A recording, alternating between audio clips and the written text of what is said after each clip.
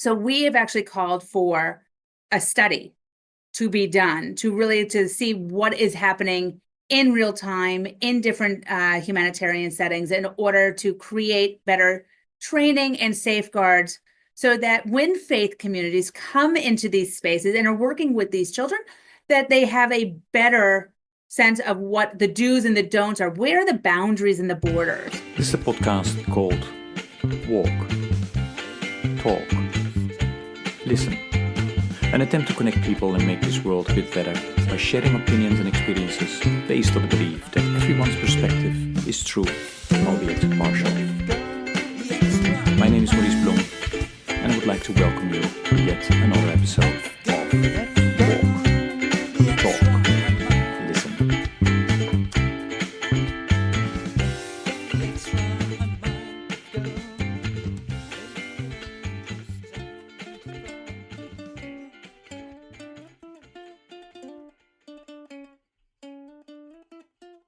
Okay, good day, everybody. This is another episode of the podcast Walk, Talk, Listen. And as always, I'm delighted with today's guest to introduce herself. Diana, please go ahead. Hi, I'm Diana Gerson. I am a Reform rabbi. I work for the New York Board of Rabbis, which sounds very big and ominous. We're about 800 rabbis, equal parts Orthodox, Conservative, Reform, Ashkenazi, Sephardic. I'm personally part Romaniot, which is a whole other conversation. But I work for the New York Board of Rabbis. I've been here almost 20 years.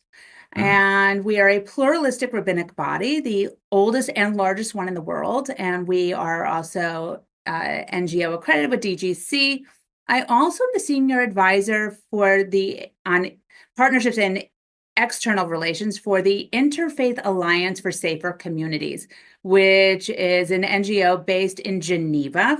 And that was founded in 2019. And my last piece of my equation, I would say, would be the Global Advocacy Hub for Children and Families, which I co-founded last year with my best girlfriend and colleague, Dana Humayid Al-Marzuki. So that's who I am in a nutshell. Thank you for having me. That's a lot, and I will have some questions about some of the work that you do. But so you are now in New Jersey or in New York? I'm sitting in my office in New York City. I'm at my office is in a building connected to Grand Central Terminal, and I actually now live in White Plains. I moved from New York City, from Manhattan back in August. I sold my apartment after some time of trying, but I got married a couple of years ago, and so my husband and I have consolidated homes. This is an ongoing process. Yeah. And where were you born and raised? So I was born in the Bronx, so a kid from Co-op City, but we moved when I was a small child to New Jersey. So I was primarily raised in New Jersey and graduated from Teaneck High School. So go Highwaymen. And I then went to Rutgers for my undergraduate work. So some would say I'm a New Jersey gal, but I will staunchly always say that I am born and bred New Yorker, and I am somebody who bleeds Yankee blue. Okay, but at least a New Yorker that has crossed a bridge or a tunnel, because many are afraid to do so. Can you tell a little bit about your upbringing and how did that inform who you are today and how did you end up in doing all these different things of work? So my background is a little, I guess, unusual in the sense that I was raised by two Jewish parents. My mom is from Indiana originally, and which is something people go, really? Because I don't seem to bear any strange accents or confusion of accents.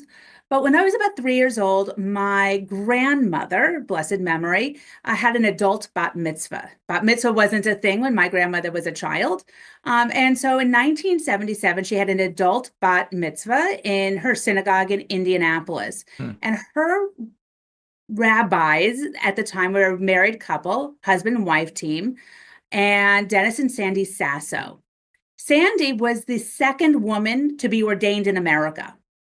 So Reconstructionist movement, but first woman. And here I am, 3 years old, and I'm at this bat mitzvah, and I am so confused. And so I asked a lot of questions and was confused because I was like, why is my grandma reading Chinese as she's reading out of the Torah? And it explains to me that she's reading from the Torah and it's Hebrew. And Sandy didn't miss a beat.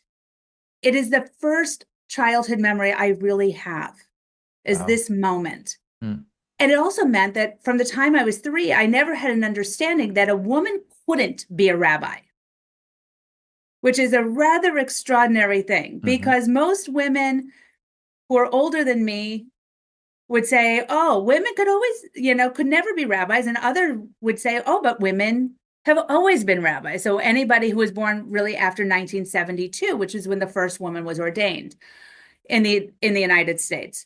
So my trajectory was following that. We came back to, I was in New Jersey. We found a congregation. My father respected the rabbi. I went to shul, and I grew up in a tumultuous home. And there was domestic violence, child abuse, a number of straining, difficult, traumatic experiences in my childhood home. And the synagogue was my safe place.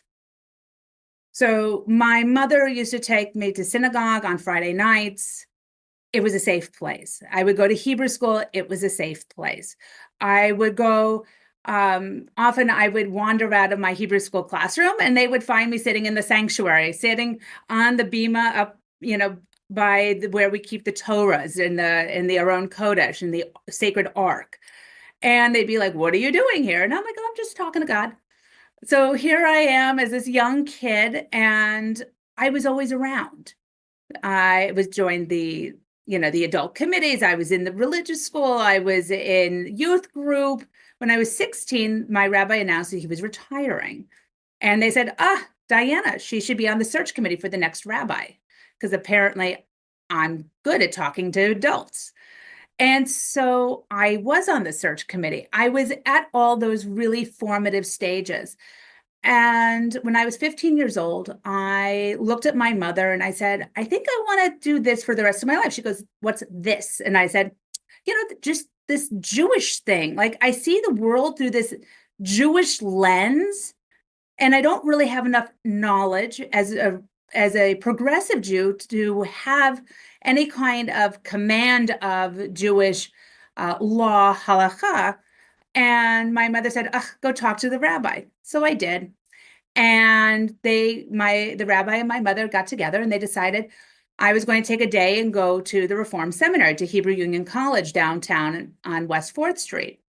So I went, and I sat in on a Bible class and a rabbinics class, and I sat in a couple of other classes. And my rabbi said, I have to go talk to the dean, hang out in the library. I'll be back in about a half hour.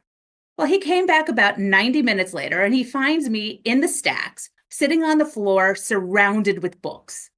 And he's like, what are you doing? And I was like, there's so much to learn. And from that point on, if you ask me, when did I decide to become a rabbi? It was in that moment. I was 15 years old. Wow. And I've never changed that direction.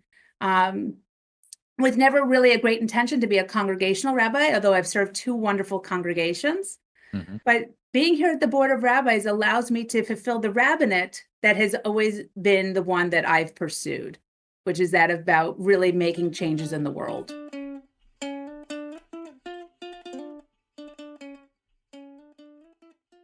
So since when are you then with the New York Board of Rabbis? I came to work at the New York Board of Rabbis in 2005.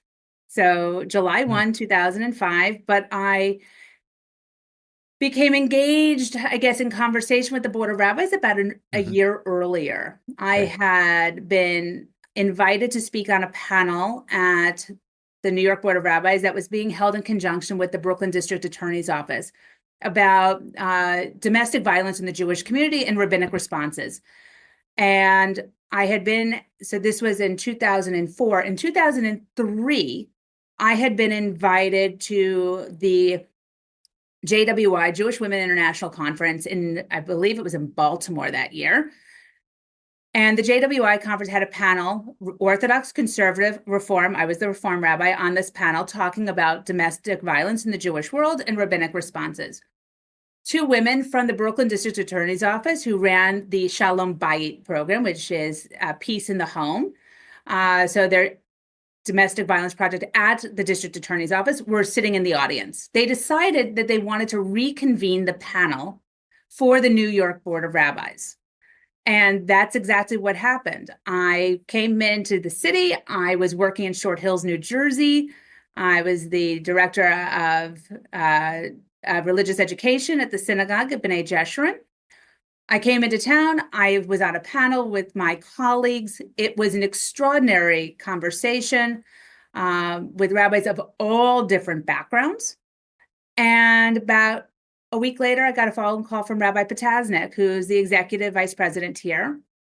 And Rabbi Potasnik said to me, "Can you come in and meet with me? I want to talk to you about training rabbis to deal with these issues with family violence, because clearly we are not prepared and we're not doing a very good job." So that the rest is history. That's why I came to the board when I came to the board, and I've been on this incredible journey with them about really protecting the vulnerable. Yeah. Wow. That's quite a story. So if so I understand. So you experienced yourself during your upbringing. You mentioned, domestic violence, etc. So that's clearly the reason that you're still involved with everything you do around children's and family rights, right? Yeah. And I would like to go to something that you developed in, I think, last year with your friend. But before we go there, Sure. Can you tell a bit, if you look back now at all those years that you have been working for the board, what have you been most proud of so far? Oh, wow. What have I been most proud of? I would probably say the work I'm most proud of at the board has been our growth. Our growth as an organization, not just as far as membership, but in depth of our commitment to community. One of the hallmarks of the New York Board of Rabbis is we're about, where unity and diversity meet. That kind of is our MO. And it's not just about bringing rabbis together. We're really about working with our faith partners. It's about that multi-faith engagement, because it takes a village. One year, I can't remember how many years ago this was, I was in Columbus, Ohio, teaching rabbis about domestic violence. And the Wexner Foundation had brought me in, and here I was with the Jewish Family Services. I have a group of rabbis. And one of the rabbis sat at the table. He goes, "I've been a rabbi for 25 years, and no one's come to talk to me about domestic violence. So clearly it doesn't exist," which is not true. We know that race and domestic violence exists in the Jewish community at the same level as every other part of society. That's just a given. During the coffee break, the social worker came over to me and she said, his congregants go to the Episcopal priest down the road because he's really good on domestic violence and talks about it often. And that's the reality. It takes a village. It's not just because my congregants are going to come to me when there's a problem, but they may go to my neighboring congregation, or somebody else sees something and has to say something, that we're all in this together. And if we don't build solid foundational relationships when the times are good, well, when times are bad, who are you going to call? You need to have each other. And those relationships, the depth of commitment, of real collaboration that's meaningful is extraordinary. I know I can pick up the phone and I can call the Archdiocese of New York, the Greek Orthodox Archdiocese of New York. I can call my Hindu partners, my Buddhist partners, my Baha'i partners, Sikh, and all of my partners at the United Nations. There's such a rich tapestry that exists both here within the New York City area and beyond, because our membership is not just in New York City. The Board of Rabbis is 800 rabbis. We're I'd say about 450 rabbis in the New York tri-state area. The rest of the rabbis are around the United States and around the world. That's what I'm really proud of, is that we continue to learn and grow and partner in meaningful ways to really meet the needs of our communities in the moment so that we have a future that's bright.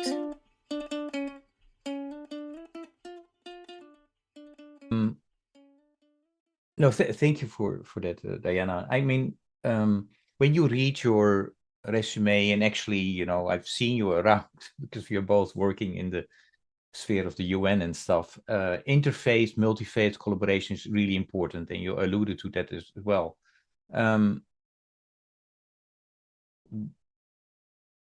What is the role, you know, of that collaboration and interfaith now at this moment in 2025, with so much going on in the world? So you know, what do you hope that will happen as a result of that collaboration and interfaith work? Well, I must say that it's that multi-faith work that does give me hope, that I don't feel so isolated, that I feel that our work does matter.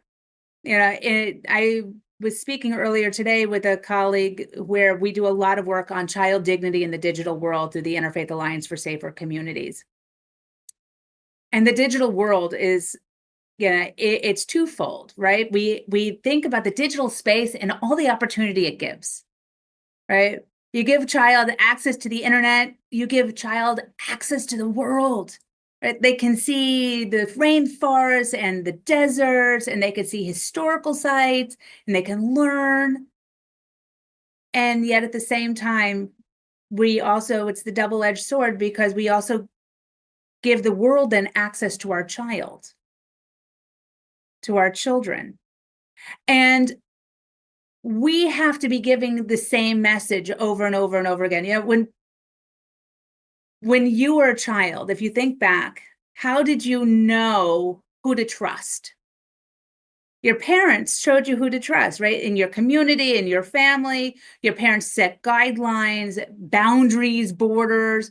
And as you grew up in your own development, you would start to develop your own relationships with people.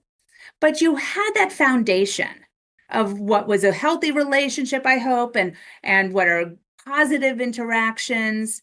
And you had a sense of like that uh-oh feeling that, you know, the hair on the back of your neck would stand up when you met somebody who was like, I don't think this is somebody I should be hanging out with.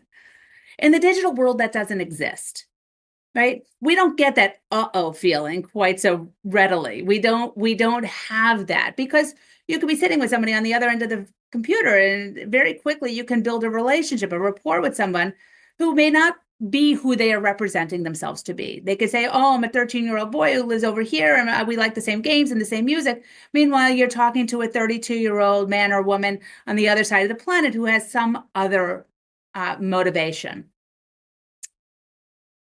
But when I'm working with my colleagues, that multi-faith space, and we're giving the same messages about how to navigate the online spaces, whether we're teaching children or we're teaching our adults, and that we're teaching the same things about child safety, child well-being, child dignity, then we actually are building a cohesive global society of what is normal, healthy behavior. Again, somebody comes to me with a problem, they may not be from my community. I often get the phone call that goes like this: Rabbi, I found abuse. What do I do? And it's usually somebody who's attended one of my trainings in a church or a mosque or a synagogue, somewhere either in the New York area or somewhere else in the world. But whatever the reason is, they have my phone number, my email, they call me as their next step of what to do. And I am so grateful and honored and humbled by that opportunity to walk that road with them as they take the next steps towards protecting someone. So we're in this together. You know, my community and your community, we're one community. Rabbi Potasnik always says, you know, in math, 1 + 1 = 2. In faith, 1 + 1 = 1. You and me, we're one human family.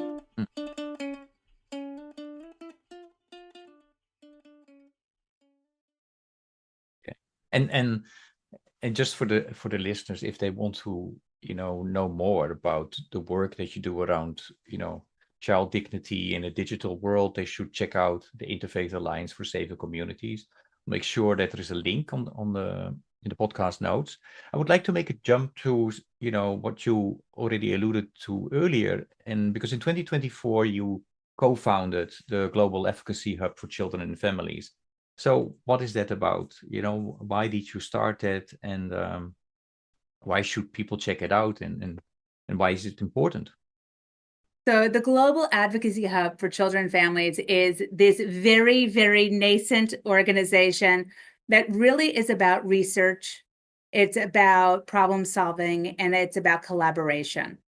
My best girlfriend, Dana Humaid Al-Marzouki, lives in Abu Dhabi, and we all work together through the Interfaith Alliance for Safer Communities, and she works for the Ministry of Interior of the United Arab Emirates. And she is one of the most incredibly inspired leaders I have ever had the blessing to know. And when I met her so many years ago in London, I just knew that we had a similar mission in really being fierce protectors for children and families. And the way that we do that has been different. She through law enforcement, myself through faith, but there's a huge intersection. We started with our first article that actually was published back in August, and it was presented actually in April of last year at a conference held by the University of Crete and the Ministry of Migration of Greece. And really talking about it's a literature review of literature that does not exist, if that makes any sense. But the idea that when we proselytize or proselytization takes place in humanitarian settings, specifically of children, that this is tantamount to spiritual abuse, that a child should not be in a position where faith or changing one's faith is linked to the very humanitarian needs that they have. That religion and faith should not be transactional. It should be transformational. And the fact that we know that in certain humanitarian settings, there are wonderful safeguards, and in others, there are none. And we have a lot of faith actors who are really well-intentioned and may not even be aware that they may actually be crossing that line in the sand that no one can articulate, and creating a place where children are left making very difficult decisions, especially unaccompanied minors. So we have actually called for a study to be done to see what is happening in real time in different humanitarian settings in order to create better training and safeguards so that when faith communities come into these spaces and are working with these children, that they have a better sense of what the do's and the don'ts are, where are the boundaries and the borders. And that really started with a conversation that I had at a meeting at the Vatican. Oh boy, I think it was in 2018, where part of the Faith on the Move, Children on the Move Faith Coalition. And it was a meeting where we were sitting around talking, and I'm like, well, sharing my faith is a wonderful thing. Sharing your faith is a wonderful thing. We should be sharing our faith and how it has transformed and has meaning in our lives.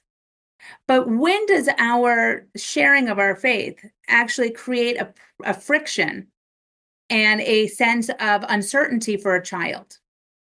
And I go back in my mind's eye to my childhood friend, whose father was a hidden child in Belgium during World War II. So it was a Jewish child, he and his brother, twin brother, and they were actually hidden by Père Bruno.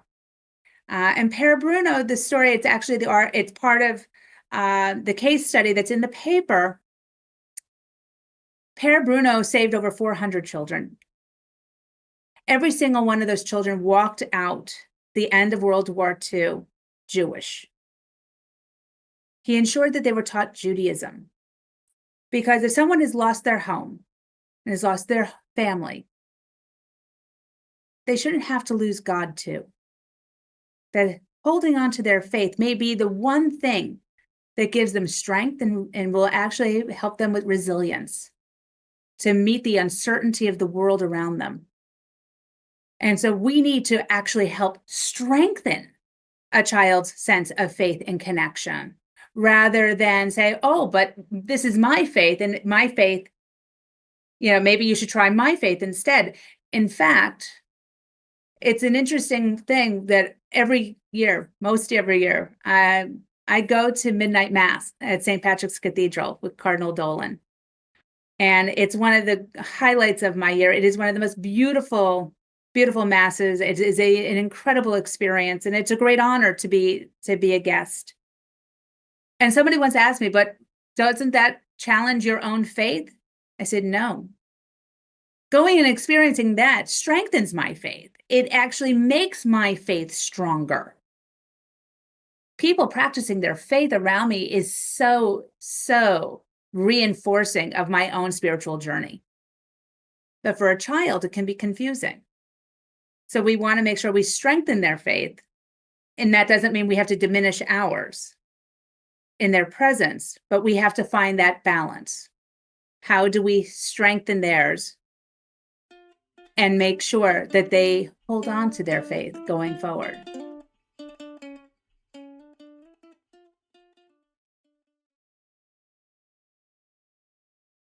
If you allow me, I would like to use it what you said in terms of sharing our faith. We need to share that, make a jump to, the podcast, this podcast is a spin-off of a 100-mile walk that I've been doing since 2012.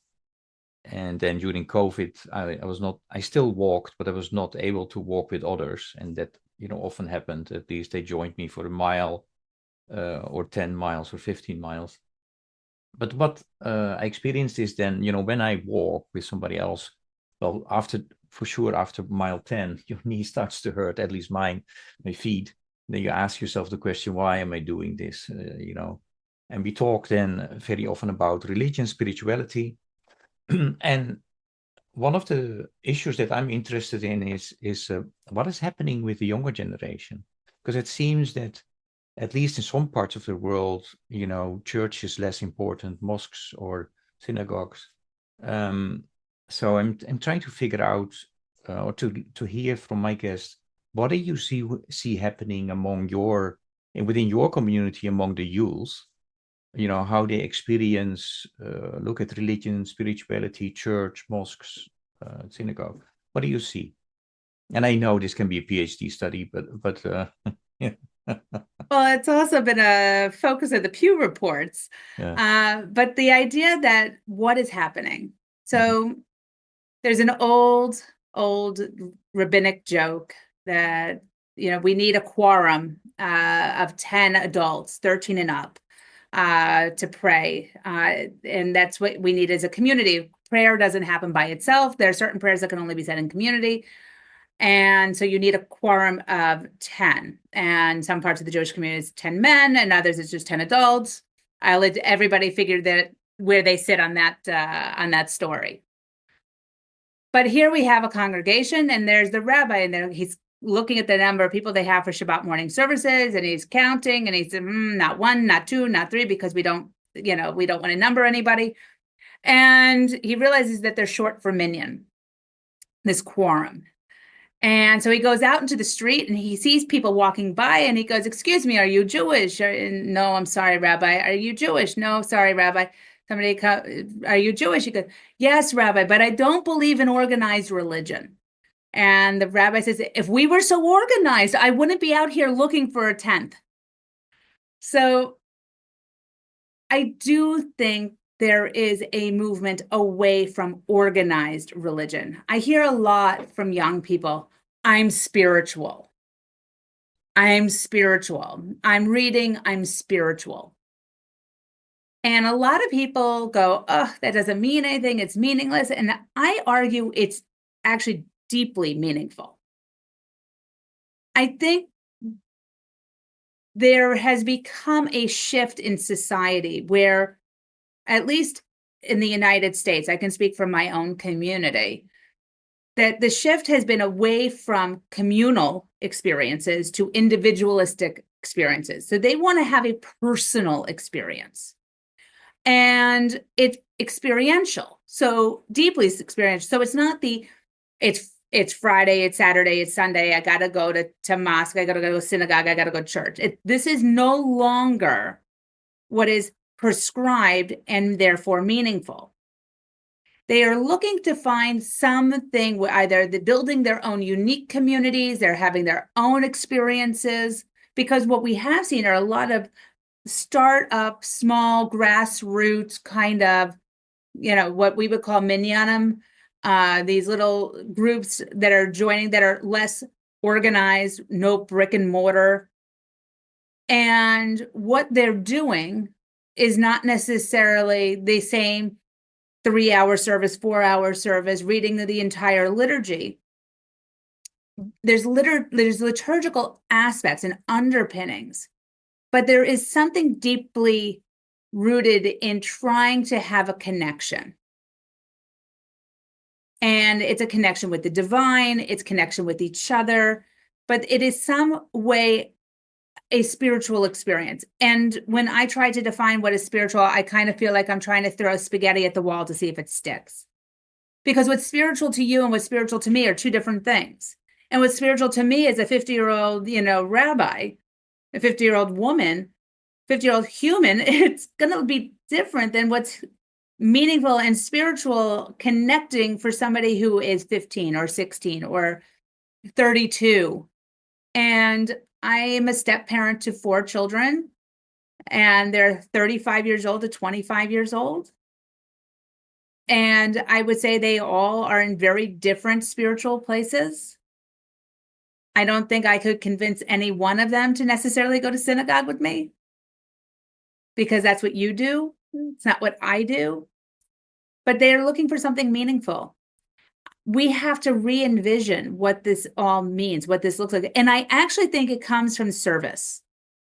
I think that's where the rubber meets the road. It's the actual going and doing, the fulfillment of the commandments, whichever set of sacred texts are prescribed. But it's the doing. It's going out and feeding the hungry. It's going out and sitting with our elders and figuring out what that is. For some people, it's going to the beach and cleaning it up, going to the park, working with children, finding some meaningful way to have a voice and to uplift. I think that's where things are starting to shift. It is less about the sitting and praying, and it's much more that praying with your feet that Rabbi Heschel used to talk about, right? Going out and marching in protest during the civil rights movement. Rabbi, what are you doing here? Today I'm praying with my feet. And I think that's a large part of it. Mm-hmm. No, thank you so much. It was really, it reminded me what you said also in terms of, I don't know if you read the book Together by Vivek Murthy. And he's talking about the healing power of human connection in a sometimes lonely world, and that it really, if you're connected, if you're part of community, it really is contributing to a longer life, better life, etc. So, so it's anyway. When I was listening to you, it is important to be connected, and although how we experience maybe then religion might change, at least in some parts, that doesn't mean that we don't need still connection. And that's what I also hope that this podcast is somehow contributing to, a mini step. So we are connected with the listeners. I'm going to connect you with the previous guest.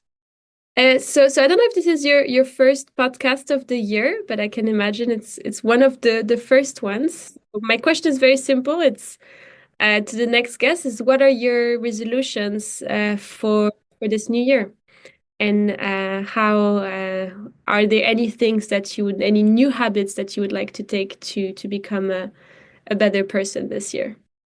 So I have a very different take on resolutions. Resolutions are something I kind of put away a long time ago, because a resolution, if you think about it, the best business of any gym, spa, whatever you join, is the New Year's resolution, because by the time you get to February, it's empty, right? They take in your money for the year, no one's there. You could get on any exercise bike you like at any time of day because it's empty. Because resolutions have a way of kind of falling down in mid-flight. I like to think about New Year's intentions, the intentionality, because intentions, well, this year I'm going to have this intention. I'm going to set this intention. Today, I may get to only 30% of the way. And tomorrow I may hit it out of the park and do 110%. But every day I wake up and I try. Every day, because I can't break an intention. I can break a resolution. So for me, my intention this year, this is the hard one for me, is the art of saying no. I often tell young people that no is a full sentence. Doesn't need explanation. No. And in fact, back in November, I was with a group of 52 high school students from around the world, representing 30 countries. And I taught them that 1 + 1 = 1, and that no is a full sentence. And they looked at me like I was crazy. But the fact is, saying no is important, because I have a very, very robust plan for the year. And the more I take on, the less of that plan I can achieve. So for me, it's the art of saying no. Being able to say no to some things that don't fit either the work plan I have for this year, that don't contribute to this, but take me off into a different direction. Saying no to the things that take away my energy, and saying no to the things that take away my joy. I think that's really an important lesson. In my 50th year around the sun, the art of saying no. It's such an important thing that I think that we often forget. Mm-hmm. We want to say yes. We want to always say yes. I always want to say yes. I will try and twist myself into a pretzel to say yes. And sometimes it's in my best interest and the best interest of my work and the people who rely on me, and what fills my cup. Not just my cup. My cup is the Jewish Yiddish word for a cup, my head, my brain. But my cup, my soul, that I need to make sure that stays full too.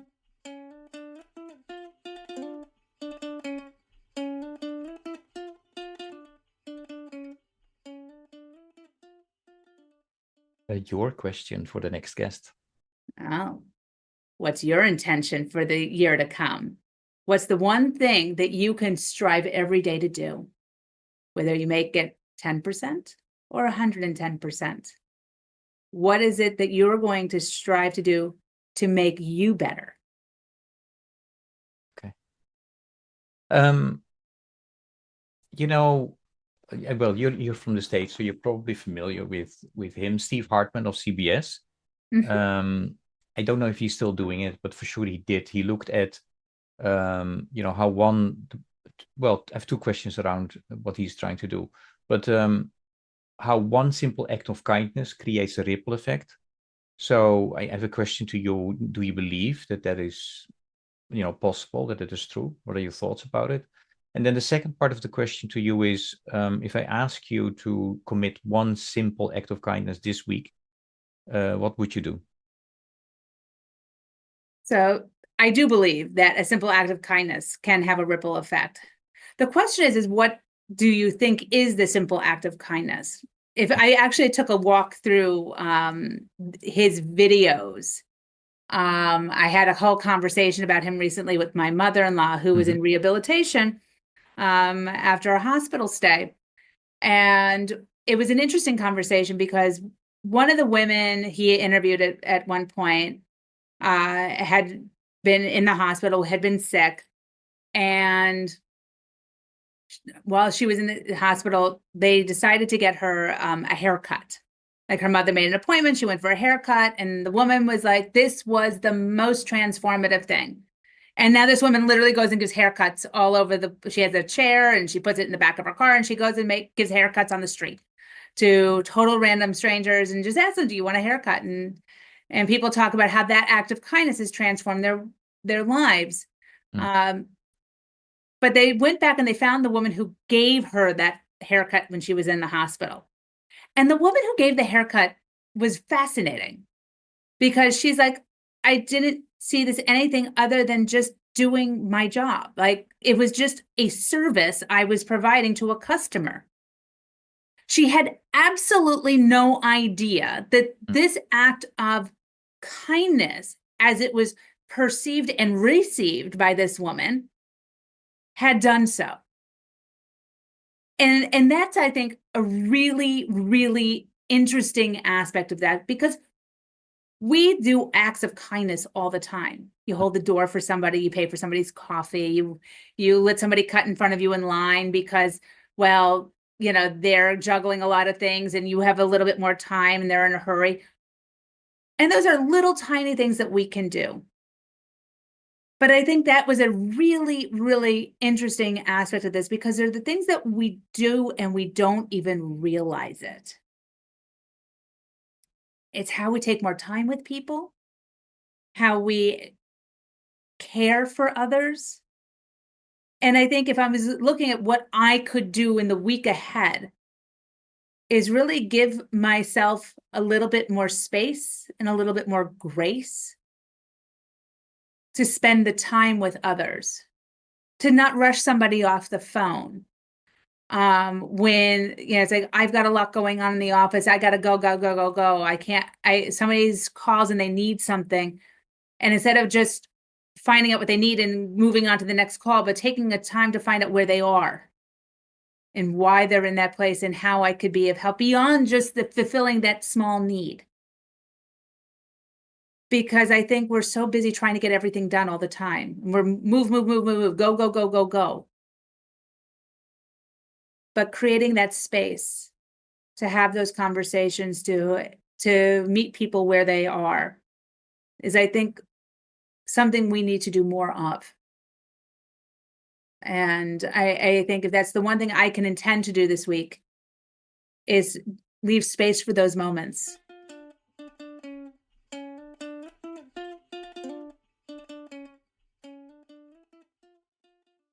Music is very important to me, so that's why I also have a question about music. Many of the guests find this the most difficult question, and the question is, if I ask you to come up with a song or a piece of music that best embodies what you are about, you know, for a big part, which song or piece of music would you choose and why? Well, we could start with the fact that my husband says I have the worst taste in bands, so we'll leave that where it is.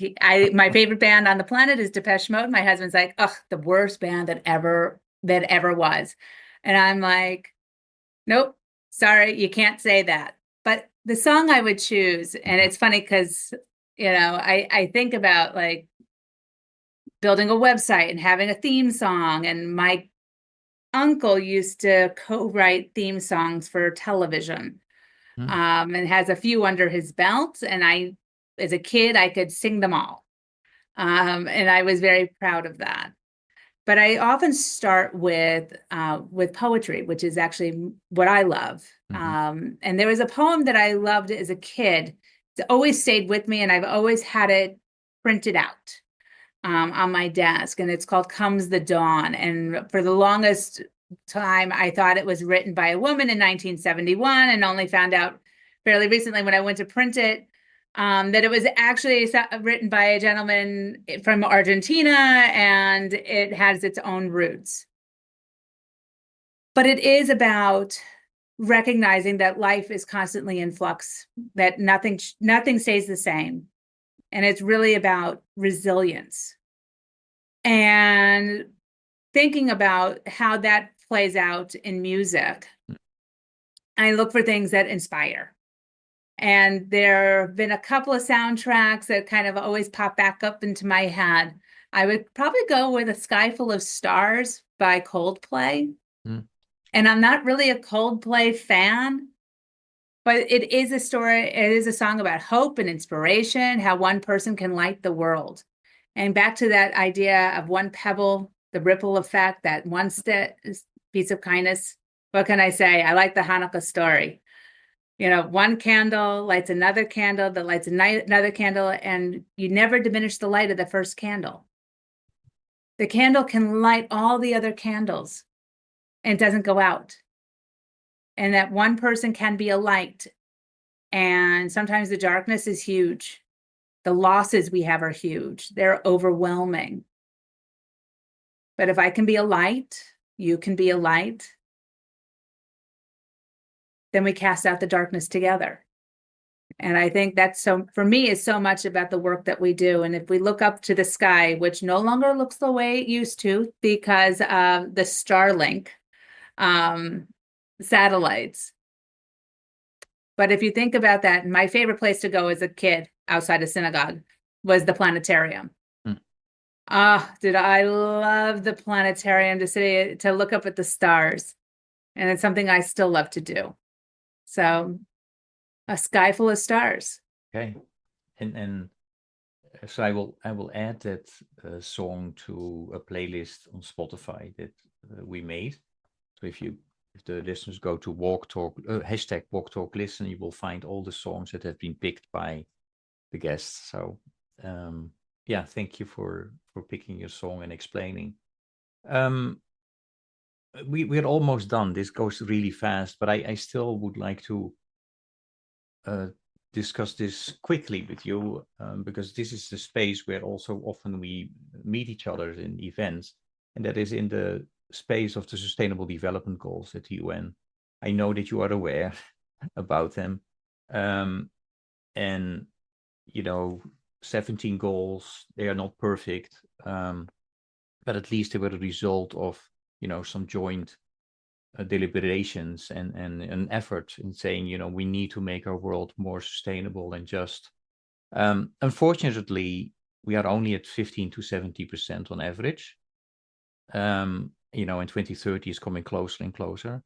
Now, a growing group of people is saying, one of the reasons that we are not reaching those goals, or some of those goals not, has to do with that we did not pay proper attention to the ability, skills, and knowledge that you need as an individual as well as a community. And then as a result of those discussions and surveys, they came up with the inner development goals. There are 5 goals: being, thinking, relating, collaborating, and acting. So, my question is, what do you think about the inner development goals? Well, I would say the first thing that's the problem with the Sustainable Development Goals is that if I walk around New York and I ask everybody I meet during the course of a day, I may have, if I'm hanging out by the United Nations, I may have somebody who knows. But if I'm standing in Times Square, nobody knows what the Sustainable Development Goals are. So part of it is about education and access to information and understanding what it's about. But if we're talking about the Sustainable Development Goals by themselves, we recognize that they're all linked together, right? You can't do a Sustainable Development Goal 3 and not pay attention to 5. And you need all of them to achieve 16. So they're all interconnected. You can't pick one over the other. And in the same way, the inner development goals are exactly intertwined as well. Being by yourself without relating to others. Well, what am I if I don't see how I am, in relationship to you? And with that comes collaboration, and that comes mutual, thinking and acting. We have to be looking at it in a more holistic way. This year at Summit for the Future, there was a lot of conversation around silos.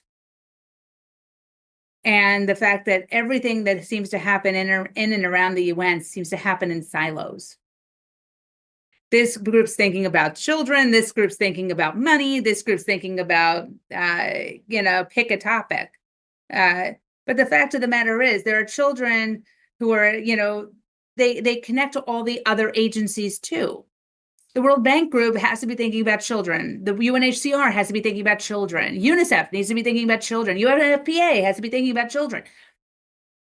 But being, thinking, relating, collaborating, and acting are also connected.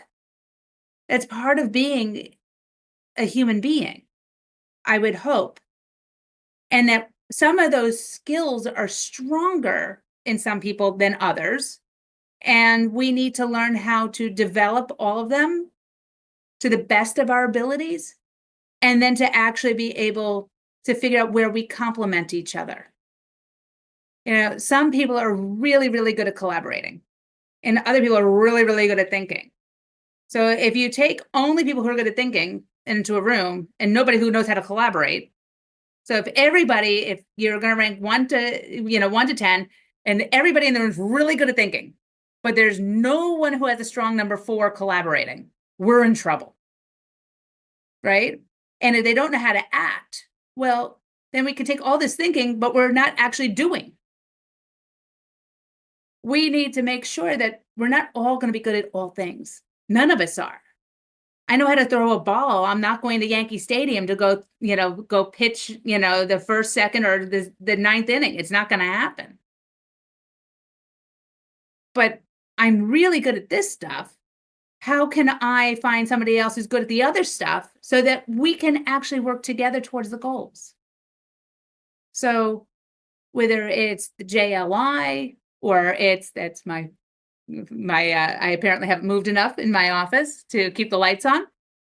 But if you think about it, like if I'm working with the JLI, or I am working with Church World Service, or I'm working with Latter-day Saint Charities, or I am working with World Council of Churches, we are all differently abled. We all have different skill sets. The people around the table have different skill sets. Our organizations have different priorities.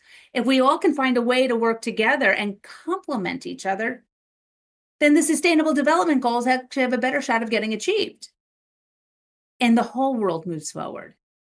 Not just the global north or the global south or just the G20 countries or the G7s. All of us equally having an opportunity, starting from a fundamental place of we all are one human family and deserve the same opportunities to reach a goal of what feels like success, a world that is safe, that is sustainable, that has a future where we can actually contribute to our communities, our families. It's what we all want. So we need to figure out what our strengths are and how to work together.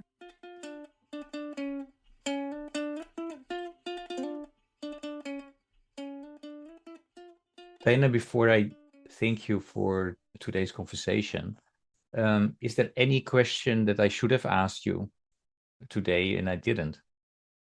Oh my goodness. I think we've covered a lot of territory. Yeah, I think so too. I think we've covered a lot of territory. I think the biggest thing is the question I would ask would be, if you're somebody who's new to this space, how do you get started? Like, where do you begin? If you're just thinking about walk, talk, listen, you've listened to a number of guests. So where do I begin? As somebody who's inspired to do something, but I'm not quite sure what it is. When I came out of rabbinical school, I was quite sure. Like, I knew I wanted to be a rabbi. I made myself a rabbi. I knew I didn't really want to go work for a congregation, but I worked for a congregation. I think that is the obligation of rabbis, that they go and they work within community. But I truly, in the back of my mind, thought I was going to go and make the world safe for whatever the issue was. And then a woman walked into my office and she needed help. And it was a case of domestic violence.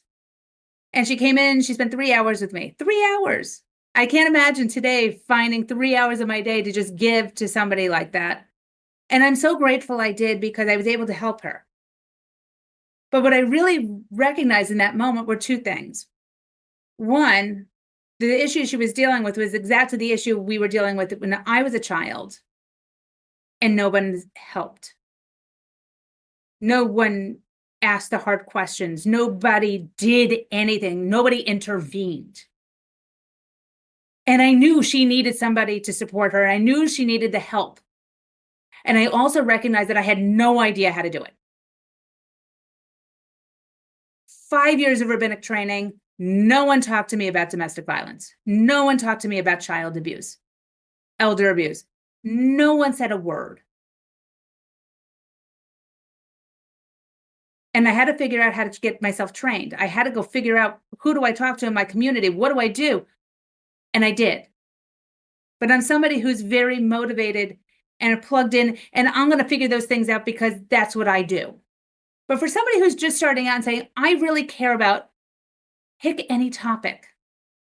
How do I get started? We can all sit around and Google things, or we can, whatever, Safari, or pick a platform that you like as a search engine, or we can all ask ChatGPT or pick a different platform.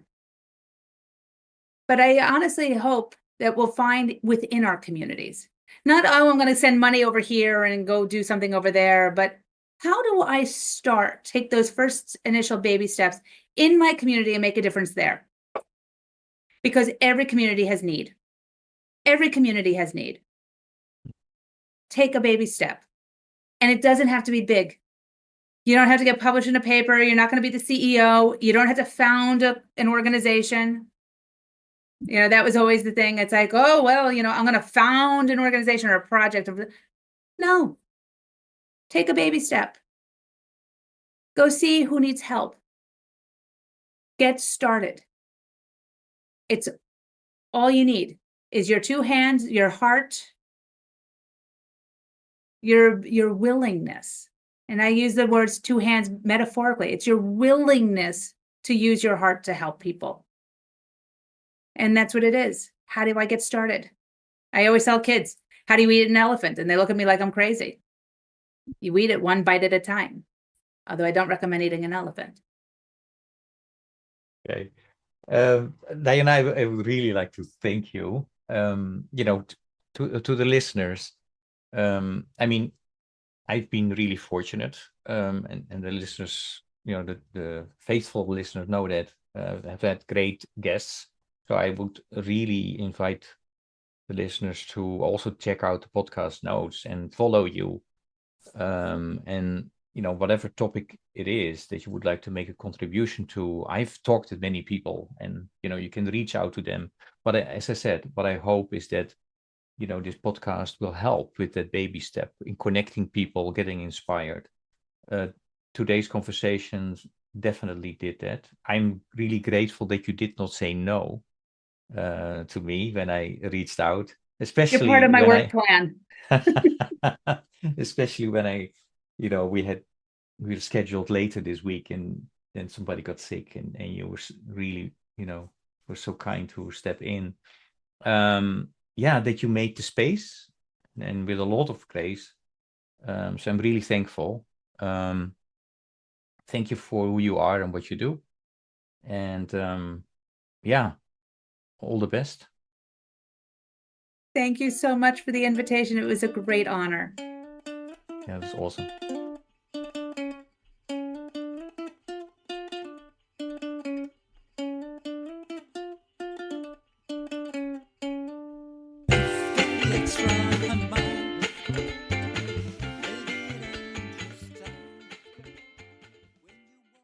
Thank you for listening to Walk, Talk, Listen. Please check us out on 100mile.org or follow us on Facebook or Instagram.